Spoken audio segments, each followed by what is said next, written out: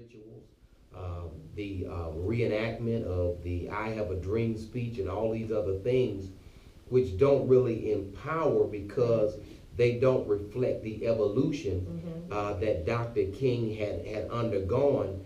When you have a speech from 63 and a man is assassinated in 68, then you have 5 years missing. And when you look at his last speech, it's clear from his last speech that he had literally given up on the dream of holding hands with white folks, but they don't want you to see that. And in his last speech, and I know you want to comment on this, Sister Deborah, he advocated taking your money out of white banks, putting it in black banks, and he advocated taking out life insurance with black insurance companies and building black institutions. And he was talking more about economic empowerment and fighting poverty rather than the integrationist tone that is given to the history and to his lectures, and to reduce a man who worked from the time he was 26 to the time he was 39 in civil rights, to reduce him to one speech is really a travesty that does not give our young people a true sense of the real Dr. King and who he was. Right. Yeah, absolutely. Well, oftentimes, when you're coming up, you have a certain perspective on things. Us as children of the 60s, coming up, coming off the heels of the assassination of Dr. Martin Luther King. And I think as a child, your mother brought you to the funeral. Right, as an infant, I was actually at the funeral. Yes, and so, of course, you have very glossed over and repackaged history that you'll get, especially the closer it was to the actual assassination. And so as time goes on, you find that your perspective changes about things, and how you see it. Our children today think that Martin Luther King Jr. and the history of the civil rights movement was almost like ancient history. I mean, they look at it as so far removed from where they are now that they really don't have a time perspective. But then when we look at it from the time we were children until the time we are now, when you realize that Dr. Martin Luther King Jr. was 39 years old when he was assassinated, I can think back to when I was 39 years old and when I was 26 years old and the evolution of my thought. That's right. From 26 to 39. I mean, literally, you would think that I was almost a totally different person. So, to try to reduce him down to one little snapshot in time about his thinking really is a disservice to everyone who's studying his history. And then if you look at what he was saying at 39, and then you extrapolate his evolution, if he were now among us today, what would he be speaking about? His son said that his father would say that the promise had not been realized. That's right. So and he also said that he believed his father would have spoken out against the Iraq War. That's right. And there's another thing that Dr. King said, which many people may not agree with and may not want to stand for, but he said that the greatest purveyor of violence was the U.S. government. That's right. The greatest purveyor of violence in the world was the U.S. government, according to Dr. King. That's right. So, when we look at this thing and really, really peep it out as we need to, we begin to see a picture where not only is the real history in a complete sense not given, but it is filled up with a lot of fluff, and the evolution of Dr. King has to be exposed so that we can feed from it. But it was just a 39. He was just 39 years 39. old. So he was a relatively young man. So he was still in the process of becoming. He went from calling us Negroes to calling us black. That's right. Little did people know. So what do you think that he would evolve into had he been alive for another year, or so on and so forth? So, the evolution of Dr. Martin Luther King, I think that it is something that should be put into the historical context about where would he be, if he were alive today? And what would his Absolutely. thinking be? Absolutely. And keep in mind, Dr. King said some things that would be considered very radical. Right, He was anti-war, right. staunchly anti-war, believed mhm. in other words, he was consistent. Mm-hmm. And, I had, I've had people to approach me about things, but I find that we're not consistent. That when we talk about loving everybody or loving your brother, humanity being a brotherhood, I would say Dr. King was more consistent with that because he believed that that same brotherhood would apply not just to white folks who were beating us with billet clubs, but it would apply to the Vietnamese who had never beat us with billet clubs. Right. So we should look at that. He was more consistent and less hypocritical than the leadership that we have today, which is weaker than water. Right. And I don't really want to really compare our leadership to water, because water is a lot stronger than the leadership that we have today. The leadership we have today has sold us out up and down, and that is why we have to constantly point to Minister Farrakhan That's right. and others like him, because that represents true leadership that has not sold out, will not sell out, Right. and will speak the truth regardless of the circumstances. And that's what we need, uncompromising leadership. And then we need uncompromising fellowship Right. of that divine leadership. And the prophecy, as we say all the time, there is no integration story in the Bible, because integration of the slave master and the slave is not the will of God. And that's just something that nobody can prove us wrong on it. It's only out of a sick love for your enemy that you want to integrate. It's almost like the Jews integrating with the Nazi party. There's no integration of Jews with Nazis, because Nazis hate Jews, and Jews should not want to integrate with the Nazi party. And so us integrating with white folks, from the standpoint of how white people feel today, is the same thing as Jews trying to compromise and work with Nazis. Well, So, that's one of the things that Dr. Martin Luther King said in confidence to Harry Belafonte, according to Minister Farrakhan. He said that Harry Belafonte told him that Dr. King said before he was assassinated that he feared that he was integrating his people into a burning house. So in terms of America, that he, had reconsidered his, stance on integration as it related to what he was doing, and he had some, I guess, Reservations, significant and perhaps reservations. even regret. Absolutely. He said, "I regret." Absolutely. Now, what we want to do, we have this clip of Minister Farrakhan coming on. We want everybody to pay attention to it, because the Honorable Louis Farrakhan is going to give you some history, okay, which you do not see and will not see in school, but nonetheless, it is history that will give you a more full perspective of our brother Dr. King, and to let you know that they've lied to you and given you half-truth about other people as well. So let's go ahead and, if we can, roll that clip. In the public sphere to be discussed.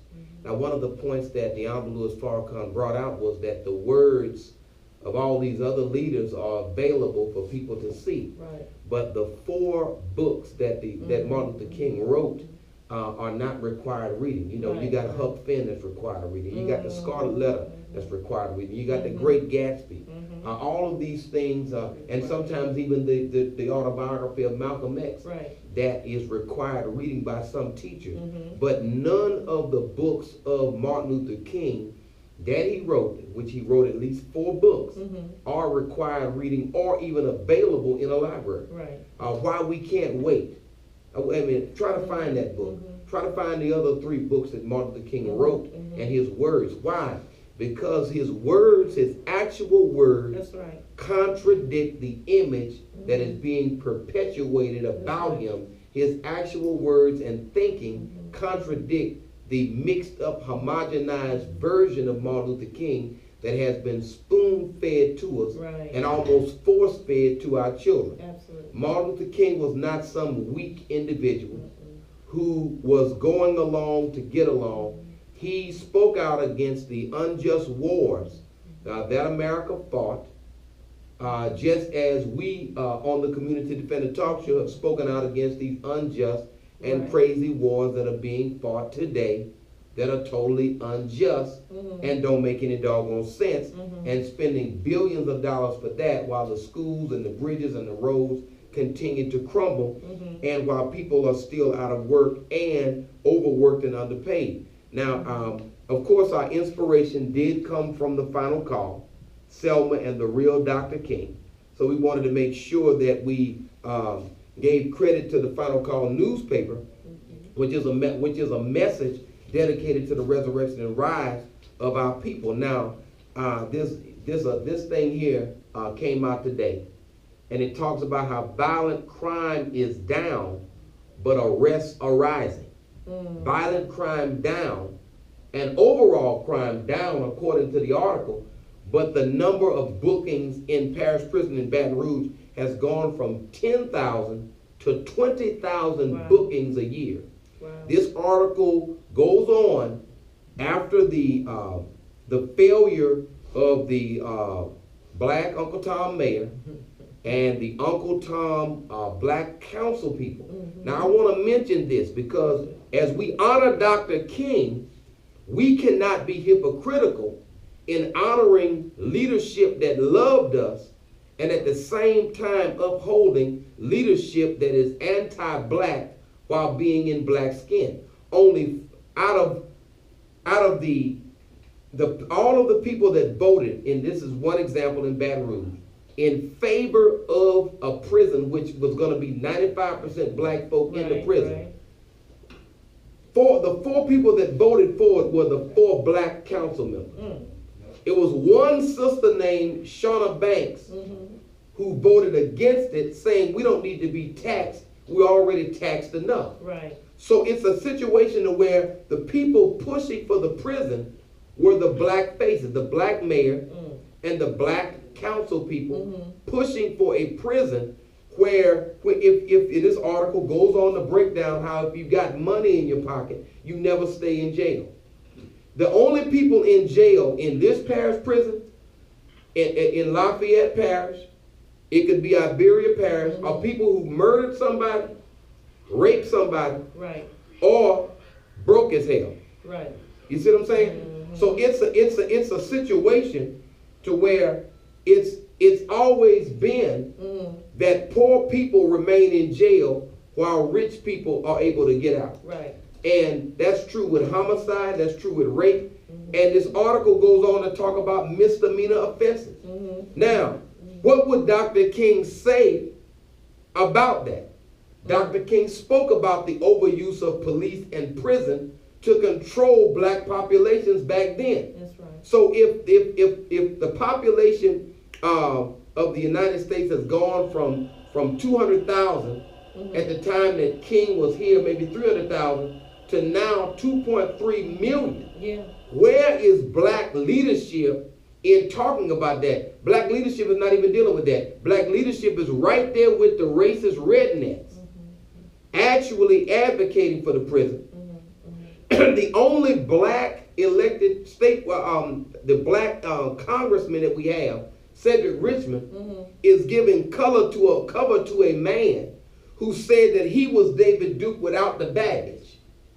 Who openly said, I have the same values as David Duke, and then you have Cedric Richmond saying he doesn't have a racist bone in his body. Well, you need to examine his doggone bones, because his bones are full of racism. His bloodstream, his nervous cells, his teeth, his gums are full of racism. So he had every molecule of his body is a racist molecule.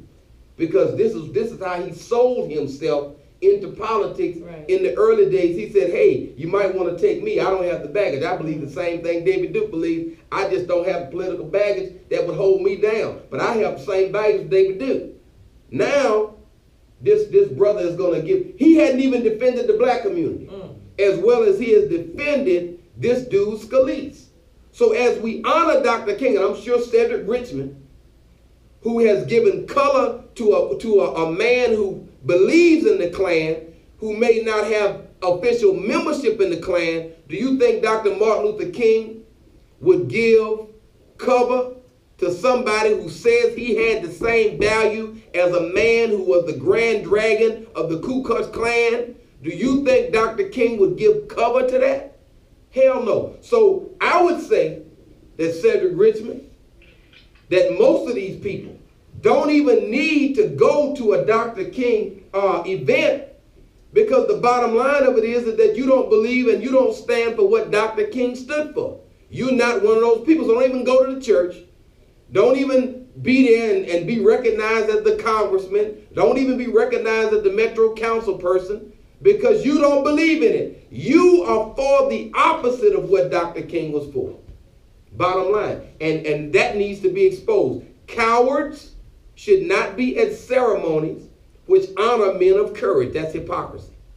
Okay, if you're a coward, don't even go over there to the church service at Mount Zion. Don't even go over there to Shiloh. Don't go over to any of these churches, because you are a spineless, gutless coward being at a ceremony that honors a man of courage. And I can tell you right now, at my funeral, I don't want no Uncle Tom cowards at my funeral. Don't even come over there, because you're not real.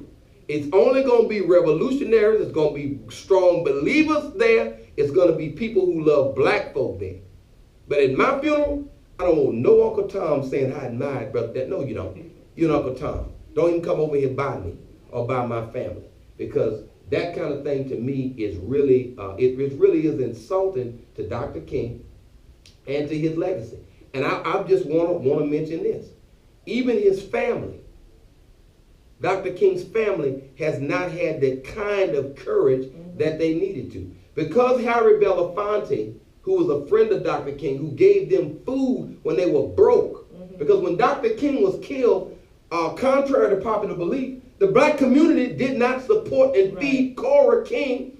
They didn't feed Mrs. King. They didn't take care of the children. Harry Belafonte, in the money that he made in entertainment, was feeding that family, bringing them bread, bringing them eggs and milk to make sure that they were straight, raising money for that family.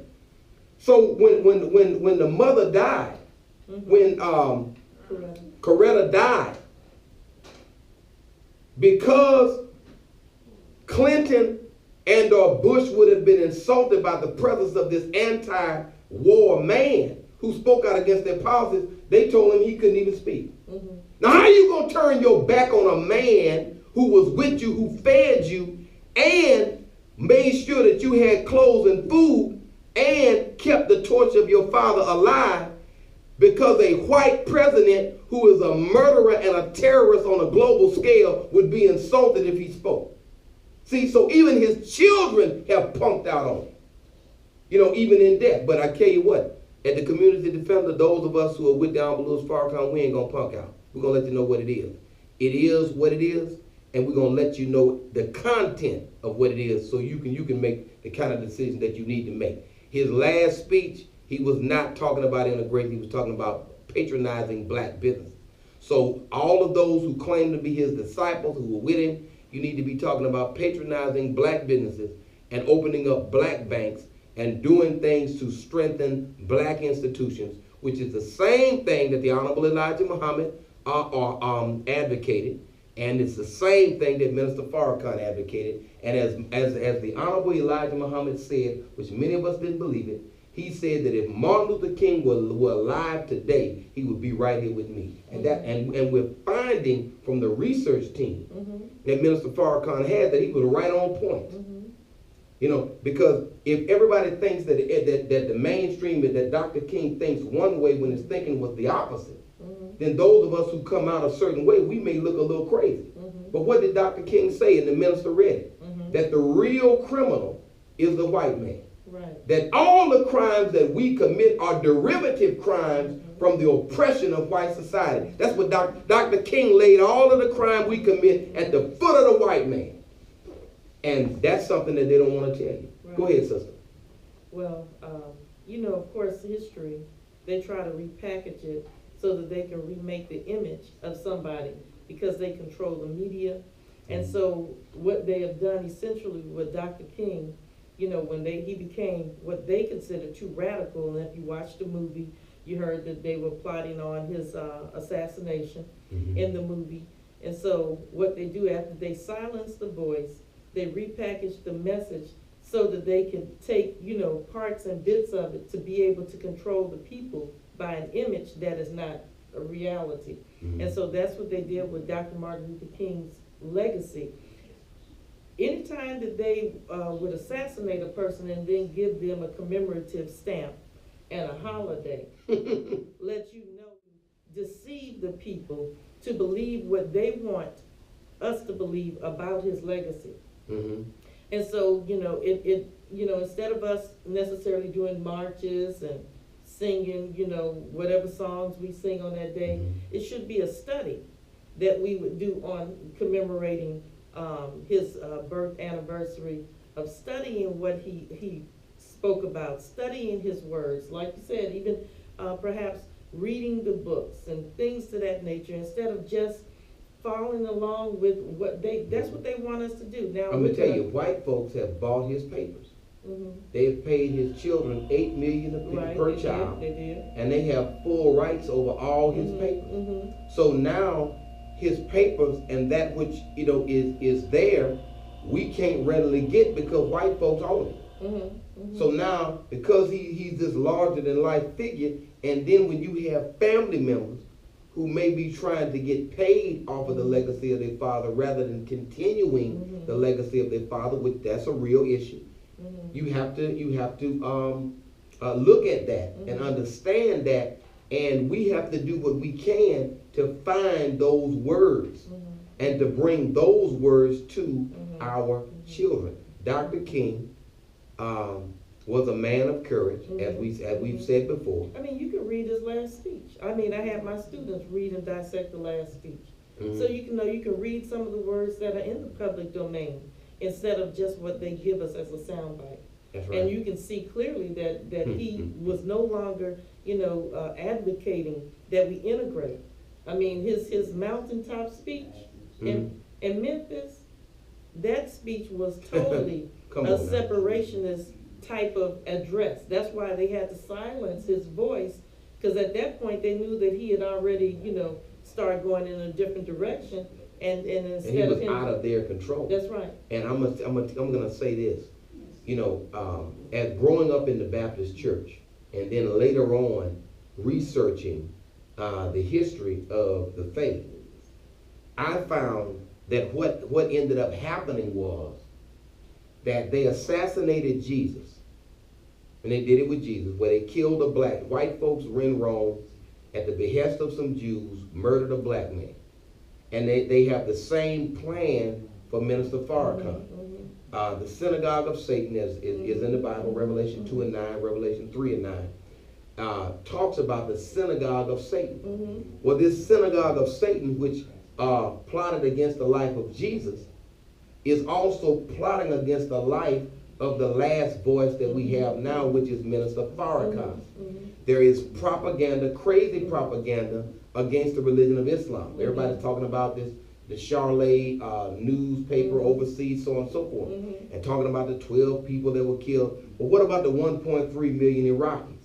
What about the 800,000 Afghans who don't know anything about Al Qaeda, who are now dead because they've been bombed for 13 years or bombed for 9 years? What about the 7 million Vietnamese, mostly rice farmers and peasants, who were killed with American bombs? But yet the media is focusing on 12 white folks in France. I mean, and I'm not saying that those 12 white folks didn't deserve to live, but they didn't deserve to live more than the 1.3 million Iraqis and the 7 million Vietnamese and the 800,000 Afghan people. I mean, when you're talking about millions, why is the news media even talking about 12 white folks at a magazine in France? When the Jackson Advocate, headed by Brother Tisdale, who wrote radical articles that were truthful articles, considered radical, but was firebombed several times. There was a bomb that went off right near an NAACP office in Colorado, last week or the week before, that there's terrorism going on right here in America against black folks that the media doesn't want to talk about. Mm-hmm. And I'm just going to say it, the media is controlled by Jews. The movies are made by Jews. Mm-hmm. So if we are misportrayed in the media, it is done at the behest and with the approval of so-called Jewish people who are supposed to be on the board of the NAACP. People like Donald Sterling, who can buy off an NAACP chapter, and they give him a Lifetime Achievement Award when he's a straight up racist in terms of housing discrimination and employment discrimination. We can be bought and paid for. You understand? And that is why we admire. And people may say, why do y'all talk about Mr. Farrakhan? Look, who else is standing up that can't be bought, that has an international voice? Who else is it? No. There is nobody. So the bottom line of it is we're going to point to the purest source of water for our people. That's right. And that's just the bottom line. Now, what did they do with Jesus? They murdered him. And he said, they wrote it, it's in the Bible, where he said, the foremost commandment is your Lord is one. Now, all of a sudden, they murdered Jesus. 300 years later, they come up with three gods in one. See what I'm saying? So they murdered him, and then they threw Christmas out there. 350 years later, you had Christmas. 350 years later, you had Easter. Jesus never taught this. So they murdered Jesus and then told you that he taught Easter, that he taught Christmas. Now you got Christmas trees, fat white men in red suits, all this other stuff going on that Jesus never even dealt with. Jesus didn't have no doggone quiet.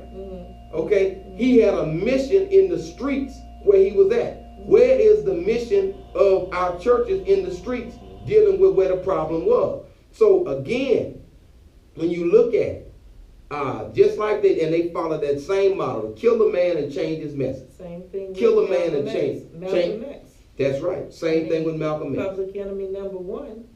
But as soon as they assassinate him, then now he got a stamp. Yes, he has a stamp, and he's an approved image now. And as the minister said, that they tried to resurrect a dead man to try to come against a live man. Yes, because the enemy knows that a dead man can't lead you. That's right. You see, unless you have a real clear perspective of it, then you can kind of be led and guided by those words. Correct. But I will tell you this, sister. And of course, you've been a person that has dealt with children. You've been an educator. You worked in education for most of your professional life, and you dealt with the minds of children. What impact? As a person involved in education, of course, you're black-minded. What impact does this kind of fake, false, half history have on the perspective of our young people, as opposed to giving them a fuller, richer perspective of history? Well, first of all, if children are not given a proper historical perspective of black history, what it does, what you get in the textbooks, you still are perpetuating white superiority and black inferiority. That's what you get in the public school systems. It's clear. Every person of substance, every person that has come up with anything in science and mathematics have all been attributed to white people. So therefore, you don't see yourself as, part of that. You don't see yourself as mathematics. You don't see yourself as science. You really don't see yourself, black history is relegated to, February. They're beginning to shrink down the whole institution of slavery. So our children are now starting to, take on a different reality. At least there was a point when we understood there was a difference between black and white, even if we saw that we were, weren't given rights and that white folks had, things better. But these children now really don't have that concept. They think that it doesn't matter, about black or white.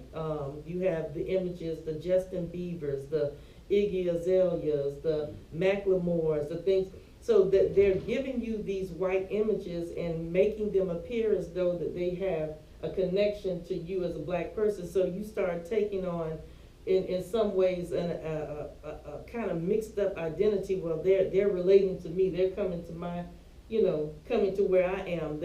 And so our children are more confused now than ever. Mm-hmm. Absolutely. Because of what they're doing in terms of the mind control. Mm-hmm. And how they're using media, they're using education, they're using all of these things to begin to distance us more from our history, more of knowledge of self. It's amazing this is the technological age, and our children know less about everything than ever. Even though you can take a smartphone and Google some stuff. But they know less about all. everything. You ask the average child, give me the decade that the Emancipation Proclamation was signed. Just ask them. They have no clue. Martin Luther King, when was he assassinated? Have no clue. How is that possible? In this age, unless it's by design. And that's the thing that we have brought to bear here. And the more longer, and keep in mind, we first got on, many people don't realize, in 1999. We have been on this program for 16 years. And by God's grace, that which we started with in 1999 has proven to be more and more true all into 2015, where we said in 1999 that race relations were never going to get better, that integration wasn't going to work. And so a child that was 2 years old is now 18, about to go to college, when they may have been 2 when we came on. And it has not gotten better. Things have gotten worse for the prospects of the future of that child now than it was even back then. And many people try to dismiss what we were saying as racism, dismiss what we were saying as hate, but no, it's out of love that you tell somebody the truth. We may not want to believe that we're never going to be integrated with white folks because we love white folks. But I got to tell you the truth, whether you like it or not. And some of us want to say, I'm part French, I'm part Indian. We want to dilute ourselves as black people. We want to say we everything but black, but that ain't the way to go. Because the best part of you is the part you want to be on. That's the part you want to acknowledge. You want to acknowledge your black part, because that's the part it gives you the righteous nature that is going to enable for God to make you into something new. That will be a reflection of Him. And that's what Minister Farrakhan teaches, that we are going to be made perfect reflections of God in this process. Well, just saying that, putting that in perspective, a child that was 2 years old when the show first started and now is getting ready to go to college. I think that at Southern University, looking at the population in 1999 and looking at the population of Southern University students in 2015. It's so interesting because, Southern is what they call a 1890 school, a land-grant university. Also, it is a HBCU. And I was on campus dropping my daughter off, and once upon a time, you may have seen a couple of white people, but they were in either nursing school or they were at the law center. They go to its regular population now. Southern University is not even gradually, it's becoming an integrated, if you will, institution that is a historically black college. And you know what? That may be the reason why they call it historically. Because historically, it normally means the past. And it may not be presently black, but what? Historically. And that might be what they want to be. But I'm not talking about white children that are going there wearing LSU shirts. I'm saying white children that go there wearing Southern University shirts. Now that's what is so amazing to me, is that they're taking on, once again, they're taking over the identity of Southern University. Now it's theirs. They're gradually moving it right in front of our eyes, just like when they bring in, white rappers and these white, R&B singers, and it's just such a gradual thing that they don't even realize that they're being replaced. Isn't that something? Yeah. And so with everything that's going on, there appears to be a lot of work for us to do at Southern in delivering a message that's dedicated to the resurrection and rise of our people. Now, Minister Farrakhan is going to be delivering a message on February the 22nd. You can get it at noi.org. It's going to be the Savior's Day message that he's going to be giving, and the title of the message is the intensifying universal cry for justice. Now, you have a universal cry for justice that is intensifying. It's getting louder and louder with the neo-colonialism and all of the unjust wars and the CIA attempt to overthrow Bashar al-Assad and all of the chaos being caused. And Barack Obama, to his credit, struggling to set the stage for peace with Iran rather than war that the Republican-controlled Congress wants to start. They want another war. Obama knows it's not necessary.